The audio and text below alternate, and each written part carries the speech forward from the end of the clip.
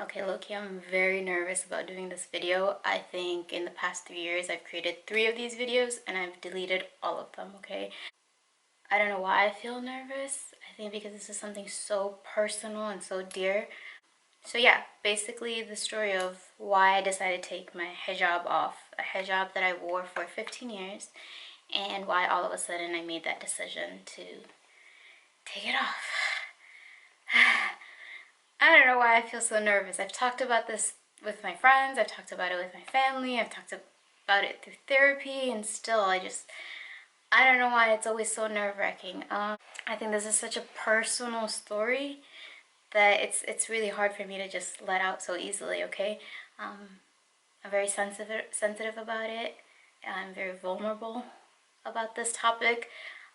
I kid you not, I literally created 3 videos and I deleted all 3 of them because I wanted to share my story, but for whatever reason I felt my anxiety would like cripple me and I wasn't able to let it out, I guess. Okay, here's the tea.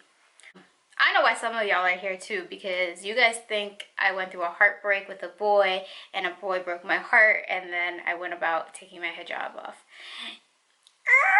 I wish it was that simple of a story. I would have been able to just easily just been like, all right, this is the reason why and this is what happened. But unfortunately, that was not the case. Fortunately, that was not the case. So let's start from the beginning, okay? So I was 12 years old when I was introduced to the hijab, and I was told by my family, hey, this is part of our culture and our religion.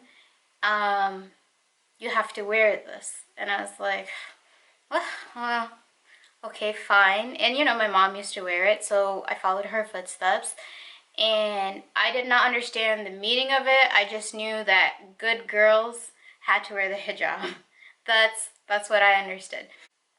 Okay, before I start explaining anything thoroughly and before I get into the details of my personal story, first things first, this is not to bash hijabi women, this is not to bash hijab, and this is definitely not to bash Islam by any means necessary, okay? I'm still full-blooded Muslim, okay? I still believe in Allah subhanahu wa ta'ala. Please stop coming up with all these like misconstrued ideas and these rumors, and the rumors I hear, sheesh, where do you guys get half of these? But I am still Muslim, I still believe in Islam, I still respect and love women who choose to wear the hijab and who wear it with such dignity and love and honor. I'm all for it. I respect it. There's no way I'm bashing hijab, okay? That was the first thing. Second thing, while I'm telling my personal story, it involves a lot of people who are very dear to me, that are very close to me, and I don't want to, this isn't, by no means do I intend to hurt anybody in the process of telling this story. I am not trying to bash anybody or shed a negative light towards anyone. This is literally just my narrative of what happened, of me growing up and how it happened, okay? My parents are 2 angels. If you meet them, they're like the sweetest souls in the world, and they're very lenient. They were very lenient with me. Like, I had to break a lot of the cultural barriers, and they were like, all right, this is just what she does, so that was okay. I want to give a quick shout out to my younger brother, who has been my soldier in all of this process, and he like took care of me like no other during this whole process, and without him, like, I don't know if I would have been able to embark on this journey, okay? Third thing is that, like I mentioned with the second thing, it's very personal. The relationship that I had with one specific person and my family member, it's such a I try to keep away from this topic as much as I can because there's so much love there, because we are bonded by blood, we are bonded by family ties and soul ties, so like there's no way I'm bashing anybody here, okay? what it really came down to ultimately, why I decided to take off my hijab. So I wore it when I was 12 years old. I was asked to wear it. I did not understand the meaning of it.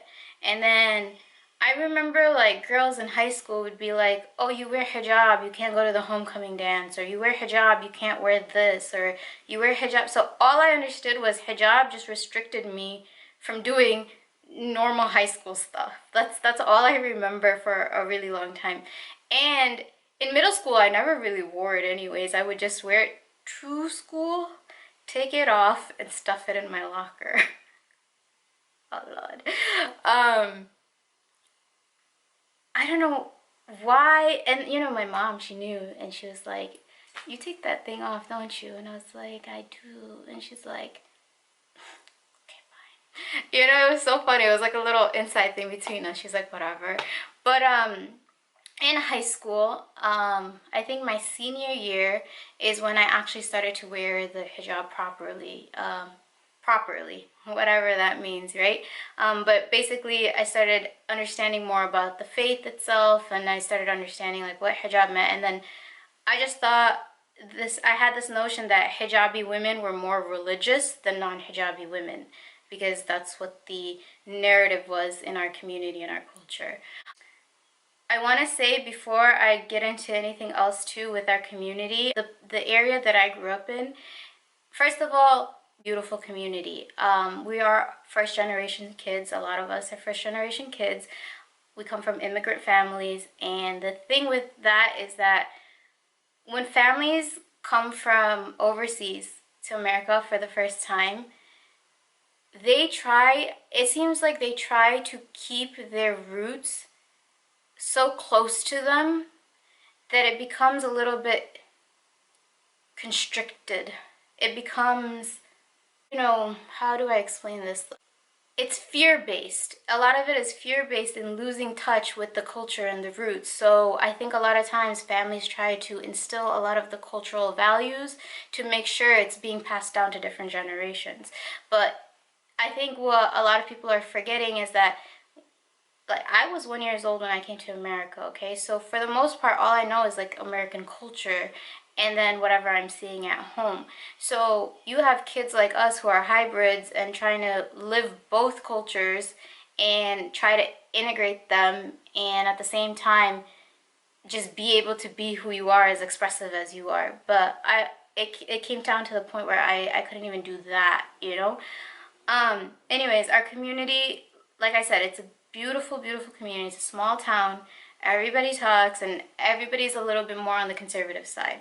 So if you come from a place like I come from, you're wearing the hijab for your family, you're wearing the hijab for the community, and then you're wearing the hijab for, you know, what you think is the religion, but really it's a mix of the culture and religion, okay? And then, yeah, so I had this notion that hijabi women were more religious than not hijabi women. And then I got into college, and college, it opened up my perspective on certain things, and I saw non-hijabi women carry like shawls, like pashwas, and just have like the scarves in their bags, and they would take it out during prayer time and run and pray like 5 times a day. Sometimes we were stuck on campus for like the whole day, so I would hang out with these girls and I watched them, and I was like, wait, they don't wear hijab, but they're like praying 5 times a day. And then I see like the girls wearing hijab, and I'm like, aren't you guys gonna pray? And they're like, you know. So it was messing with my perspective of like what was happening. So then I had to deep dive into the religion in itself. I had to go ahead and understand and educate myself on what the faith was and what it really meant. And then I was like, okay, this is what it is. We're supposed to be doing this. If you wear it, you have a responsibility, and you just got to carry yourself properly, basically. I was sheltered for most of my upbringing. I'm the only girl in the family, so I didn't even start going to the movies till like junior, senior year of high school, if anything. It was like that crazy for a little long time, for a while.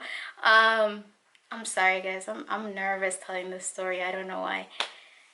But basically, I grew up a little rough is an understatement, but I I was told to be a certain way. I was told to dress a certain way. I was told to act a certain way. I was told to keep composure in a certain way. And growing up, I was very submissive when it came to certain things. And then I had a authority figure, not my parents, but someone that's very close to me. He was an authority figure. And so I just listened and watched, and I was always scared, you know, and I used to just go by the books and just listen and just do, you know, do my thing, come home, whatever. But at the same time, I'm a human being. Like, I want to explore what this world has to offer, and I don't want to just sit at home, go to school, come home, and do nothing. Like, I felt like I was being caged in, and I was becoming more and more depressed. And my family went through a lot. During my high school years, my mother became schizophrenic. I think I've shared this story a few times with a few people. Then, you know, I started becoming sort of a caretaker for the family because I started working, and I started just started like making sure that we would stay afloat, you know? And we were moving back to back to back. Like, I think every 3 to 4 years, we were just moving to a house, to another house. And then when I came to age of like 26 or 20, yeah, I think I was around 26, 27. That's when I first got my official like corporate job. And I was like, all right, you know, like, I'm gonna stabilize this family for a little bit. So while I'm trying to do all of this, like go to school, work, you know, try to have a social life as much as I could, in the midst of it, I was expected to be like this perfect, religious, cultural woman. But it's like I was becoming so confused with what the religion is telling me. Like, I'm learning about the religion on my own, and then I'm being told how a woman should dress, act, talk, how she should move, what she should say, what she shouldn't say. And so I'm having trouble understanding what is going on. And a lot fell on my shoulder. I said I wasn't gonna cry in this video, so I'm not gonna cry, okay? And then the person that I was expecting to help me take care of it was hurting me in the long run. And, you know, I wanted to be free. I wanted to be able to follow my dreams. I wanted to be able to do what I wanted. So every time I started something that was, because I'm an ambitious type of person, every time I started an endeavor, I was shut down for it. And, you know, I get it. It stems from a place of fear because they don't know where this is going to lead, and they don't want you to set yourself up for failure. But it has a lot to do with their own projection of who they are as a person and what their fear is for themselves. So then they start projecting it on you. But like, you know, you have this vision in your head and you're trying to figure it out, and you're trying to, what I mean by that is like, okay, so I remember I was in college and I started a business, and the amount of heat I got for just starting a business was insane. I was a wedding planner. We were doing good for a while, and I was like, okay, this could go somewhere. And then I was bashed for that. The way I wore my hijab, I was bashed for it. The way I would spend my time with my friends, I was bashed for it. You know, it just seemed like everything I was doing, I was bashed for it. And like the stuff that I was doing for the family, I wasn't being acknowledged for it. So it was like, it felt like it was like the double the whammy. And then in the midst of all this, like if you saw my last video, I'm going through a lot of stressful situations. And yes, actually I did go through a heartbreak around like 2016, and that was a really like bad time for me. But you know, that just added to this actual situation in itself. And so when I was going through all of this, and when I was feeling all of this pain, if you saw my last video, I told you like my body started to shut down, and I just started feeling so low. Like I felt almost worthless. I didn't know who I was anymore. I was trying to do everything by the books to please my family, to please the community, to please society. And then all of a sudden, I'm left with like, and then I'm on top of all of this, I'm trying to follow my dreams, pursue my goals, and I'm being shut down for that as well. So it's like I had one foot in here and then another foot out here. So then when I had my awakening, I guess, I took time apart and I literally sat with myself. And that year, I could tell I was setting up myself for this actual move. And a lot of people assumed that I took off my hijab because of the social media trend or whatever. I didn't even know there was a trend going on with a lot of hijabi influencers taking off their hijab. I wasn't even aware of that because at that time, whoever followed me from back then, if you remember, I wasn't even posting. I left for like I think 4 or 5 months at one point, and I wasn't even paying attention to what was happening. It was just my own personal journey. So then I took a huge break, and that's when I went away for like 2 months, and I went to South Korea, I went to the Bahamas, I went to Miami, I went to Orlando on my own because I wanted to explore just who I was without everything, okay? And so when I decided to leave, I started asking myself, like, who am I without being this caretaker, without being a Muslim girl, without being a Bengali girl, without being a community girl, without being someone's girl, without being someone's friend, without being... So like that's when I initially started like asking myself all these questions, and it's like, what is it that you want? What is it that you want for yourself? Who do you want to be? And then it's like you sit there and you're asking these questions and you're like, I don't know. I don't know. I was always just told what to do and I followed it, and every time I tried to pursue whatever I wanted to do, I was shut down for it. So it's like, and then I'm fighting extra hard. So basically, I had to sit there and ask myself, like, okay, Ruma, who are you without any of these things, right? And then there was a part of me that didn't know what it felt like to be a woman. You know, from childhood, I was asked to do all of these things. Then a lot of things kept coming into our lives, like they were curveballs, you know, and my entire family was affected by these things. Like I mentioned, my mom, her schizophrenia hit when I was like 14, I think, and that changed our entire dynamic of our lives. Like she was the matriarch of the family. She took care of all of us, and I said I wasn't gonna cry. I'm not gonna cry. I'm gonna cry. I'm such a crybaby. I cry over everything, you guys. So when that happened, our entire family's dynamic changed. And my older brother, I think it hit him the hardest. I can't speak about his journey because he's not here to talk about it, so I will respect his personal journey. But that changed the dynamic of our sibling relationship because it caused a strain. He had to become a caretaker at a really young age, and then it flipped on me, and then I became the caretaker. And so,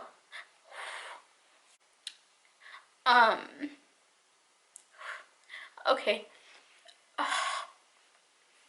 Okay. Okay, wait.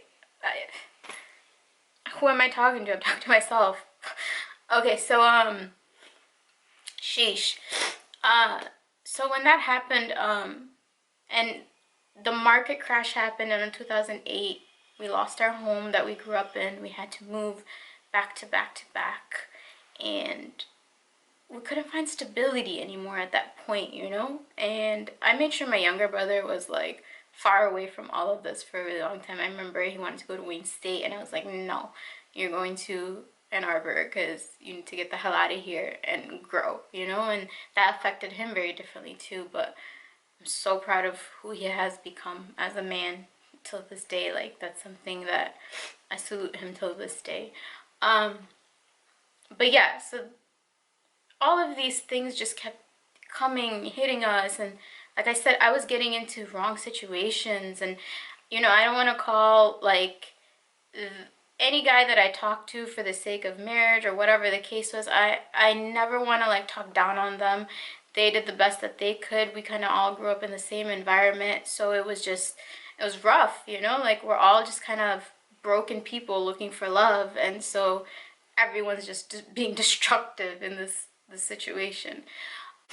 So anyways, all of this was happening, and eventually life caught up with me. And you know, that heartbreak during that time, it was just kind of like a icing on the cake, I guess, or like a little spark to the dynamite, you know, because it was already building, and then boom, like everything just hit all at once. And you know, when it rains it pours, right? So I'm trying to figure out who I am. Curveballs are being thrown. And then I don't even know what it's like to be a woman. I still am trying to understand and figure this part out. Sometimes I feel like I'm living the curious case of Benjamin Buttons. Like, I'm going backwards, trying to figure out a huge chunk of my childhood, who I am as a being. And that's why, like I love people with a full heart. I've had amazing people growing up, like the support system that I've had, the girls that I've had in my life. Like, I'm very protective over like the people that I really do love, because like even my older brother, if I say something about him because of my personal story, I will say something about him. But if you say, even if you say the exact same thing, no. No, it's not happening. And it's the same way with my girls. They're like basically the sisters that I've had growing up. But you know, I've never had my own space by myself. Even growing up, I had to share a room with my mom for about 15 years, I think. When she started, you know, her symptoms started showing up, things, like I said, the dynamics changed. I became sort of a caretaker in a different light at a really young age. That's probably why I never learned to cook properly, because one, I resented men for always asking like my mom to make meals for them. I hated that shit. And then two, it's like, well, she became sick, so you know, the person that was supposed to teach me, like, it was hard. Like, it was just, and her dynamic and my dynamic were really rough growing up too, because I always label her like the pageant mom sometimes. Like, she was always like, she always taught us like to keep composure and things of that sort. But you know, I had middle child syndrome, so that's just, I guess that just explains the dynamic of everything. But yeah, for a very long time, I'm all over the place with this, I don't even know, but for a very long time when I was a kid, I didn't know, I was just caught up in whatever curveballs, and I'm just trying to figure out what's going on. So then when 2016 happened, 2017, if you watch my last video, I talk about like my health giving me a lot of issues, my immune system shutting down, and it's because all these years just kept adding up, and then boom, I had to like crash. And so when that happened, I just started to go away on my own, because I was like, I want to see the world, I want to see people, I want to see different things outside of my own circle, my own community, my own family, and I just want to see what the world has to offer, because this just can't be it. Like, this is not all there is to life, you know? That's probably why I thought getting married at such a young age, because I saw women like our mothers and our aunts, and they would get married at such a young age, and they would live like this miserable life. And I'm like, why are you guys going behind closed doors and crying and then showing a face to the world that you're smiling? Like, this is so destructive. And I was like, I don't want this. I don't want this for myself, you know? And honestly, I never stress about like having a man or a relationship in a really like heavy light. Sometimes I got caught up a few times because it's like what society, you know, you're human, you get caught up in like what society wants for you and stuff. But at the end of the day, I know like God will always take care of you whenever you ask God to take care of you. You know, like I I I love Allah subhanahu wa ta'ala with my full heart, my full heart. And so that's just something I know. It's just whenever divine timing happens, it happens. Allahu alam, let it be. You know, just be and it is. Kun fayakun, right? So I never stress about that in that aspect. But it's like if I want the man that I'm you know desiring, like this inspirational, intelligent man who carries himself very well, I have to be that person. How can I attract someone when I'm like coming from nothing and all I know is how to be a people pleaser, and I don't even like the person that I am at this point. So how can anybody else like me, right? That was the thought process. And when I was younger, like because I was caretaking. So yeah, like I'm sorry, my camera, I don't know, for whatever reason it just shuts down because it gets too hot. I don't know what it does, but so basically, you know, when it comes to like the society's aspect of like getting married and things of that sort, yeah, I was caught up when I was younger and I thought that's what I needed to do, but then I saw everybody, and like when it comes to wanting someone, I wanted to become the person that I'm wanting to be with, right? This man that I have in my head, I want to become that person first. And then that way, whenever I'm ready, you know, it happens, then, you know, the universe will make it happen. I'm not stressing about that at all because I know, like, you have to have faith in whatever you manifest and whatever you desire, and it will come whenever time is there. But when it comes to marriage, when I was younger, um, okay, when I was younger, I thought I had to get married, you know, but when push came to shove, I was like, if I get married now, who is gonna take care of my family? If I get married now, who's gonna be the one to be able to take care of my mom? So for a very long time, I just kept pushing it far and far away, and it's like we couldn't afford that at that time, you know? And so that's what I convinced myself. And then, yeah, so I don't even know where I'm going with half of this, you guys. So all of these things are happening. I'm trying to figure out who I am. And then finally I get away from everything and I'm trying to explore the world. And then I was like, okay, I like going to the movies on my own. I like eating by myself. I like traveling on my own. I'm like, but who am I without this hijab, you know?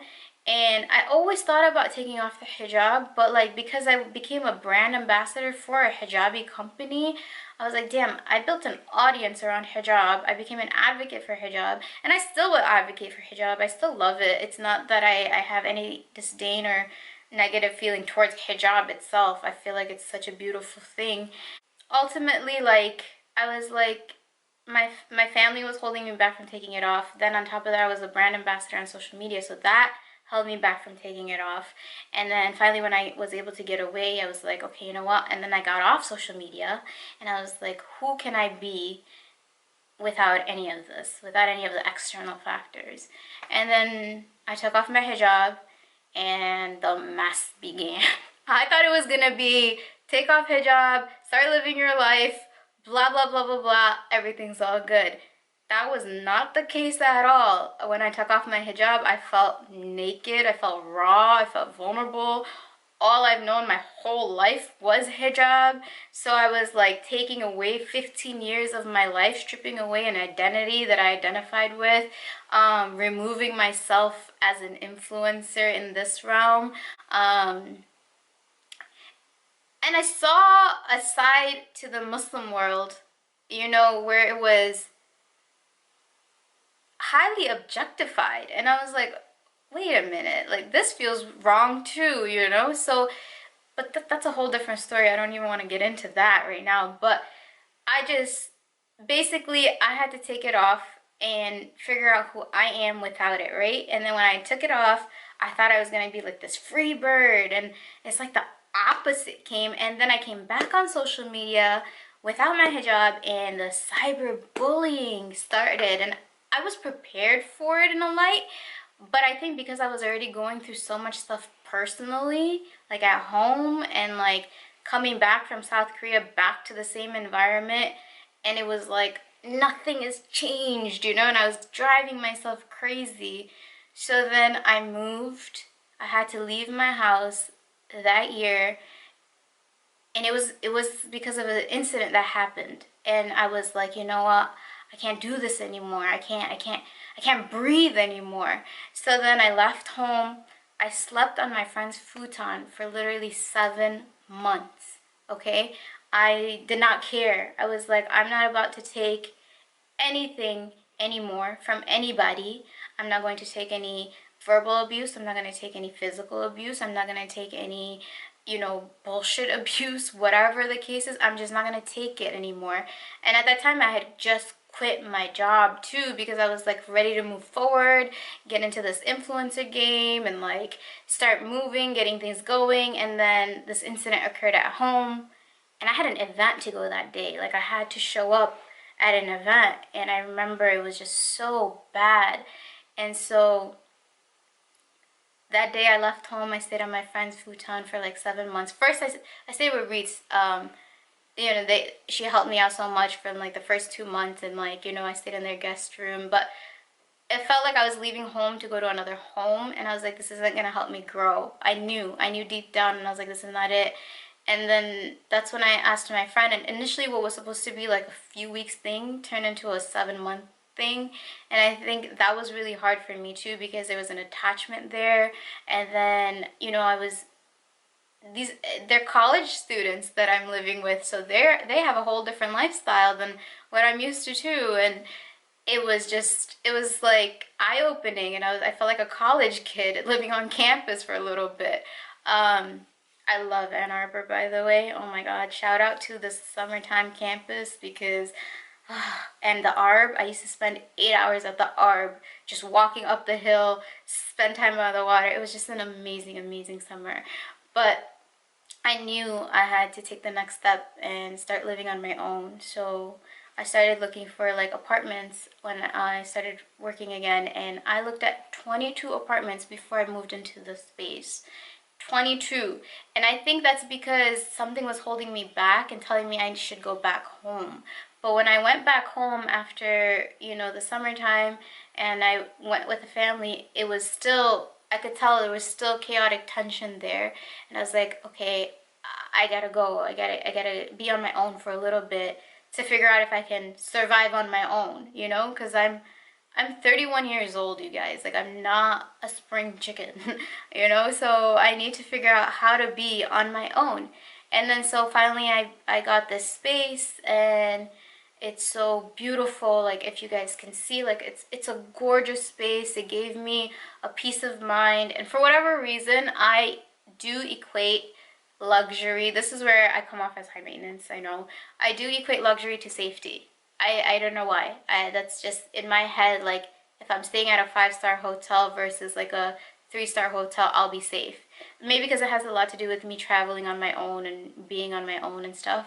But that's what I started equating myself to, because I was like, safety first, and then the way I knew safety was this sort of environment, right? But yeah, my time here is up. It's been an amazing year. I made the lease for like a year, and that's why I've been kind of like, I'm at a really vulnerable state right now as well, because I'm trying to figure out what the next move is. And I feel like before I make the next big move, I need to go spend time with my family. I really miss my parents. I feel like, you know what, now that I'm a little bit more understanding, more calm, more just going with the flow of things, let me go back, spend some time with them, and figure it out. I feel like this video was all over the place again. I was really nervous initially, and I'm not gonna say my bad for crying, but like, I really am a crybaby. I cry over everything. I don't know why, I just cry over everything. I'm so sensitive. Like, I'm hyper sensitive to things. Even in high school, I wouldn't watch the news because I would be like, I can't do it. I just can't keep up. So yeah, to sum it all up, I took off my hijab to really find myself and try to understand who I was. After taking off the hijab was a really rough road. It wasn't easy. I'm not gonna say like it was like, oh my god, I took off hijab and I'm free. Like, it was just completely opposite, because it's like unlearning so many things and then learning so many other things, and you're like, okay, I don't belong here, I don't fit in here. And you're exposing yourself to so many different environments. I remember, like, I would be at like events and people would be like, oh, here's a drink, and I'm like, I don't drink. And then before, when I wore hijab, it was like, oh, okay, you wear hijab, you're Muslim. But now it's like, I'm Muslim, and they're like, okay. And I was like, oh, okay, this is weird. Like, it's just like there's so many different battles that you have to face while you're trying to figure out who you are and break all these barriers and stay true to your core self at the same time. And that itself is just another whole story. But yeah, I don't know. I think I explained most of it. If you guys have any question, I'm really open to dialogues. I really am. If you come off snotty, I will probably block you. But if you really genuinely have questions, or you're just like, hey, what's the 411? Some of y'all just nosy and just want the tea, like I said, and you're just like, which boy just broke her heart and she took off her, but okay, but I know what you guys want, and take that too. I'm not mad at it. But yeah, that's as simple as that. It's like, I never really wanted to wear it. I was told to wear it. I never really learned what it was until a lot later. I love and respect it till this day. It's just, it's not for me right now. I'm trying to figure out the world right now, I guess. I'm like a kid in a candy store at this point. And yeah, that's as simple as it can get. I don't know how simple this is, but that's basically it. Like I said, if you guys have any questions, feel free to DM me. Feel free to like message me, comment below if that's what you guys want to do. Don't forget to like, subscribe, and comment. That's it. Okay, bye.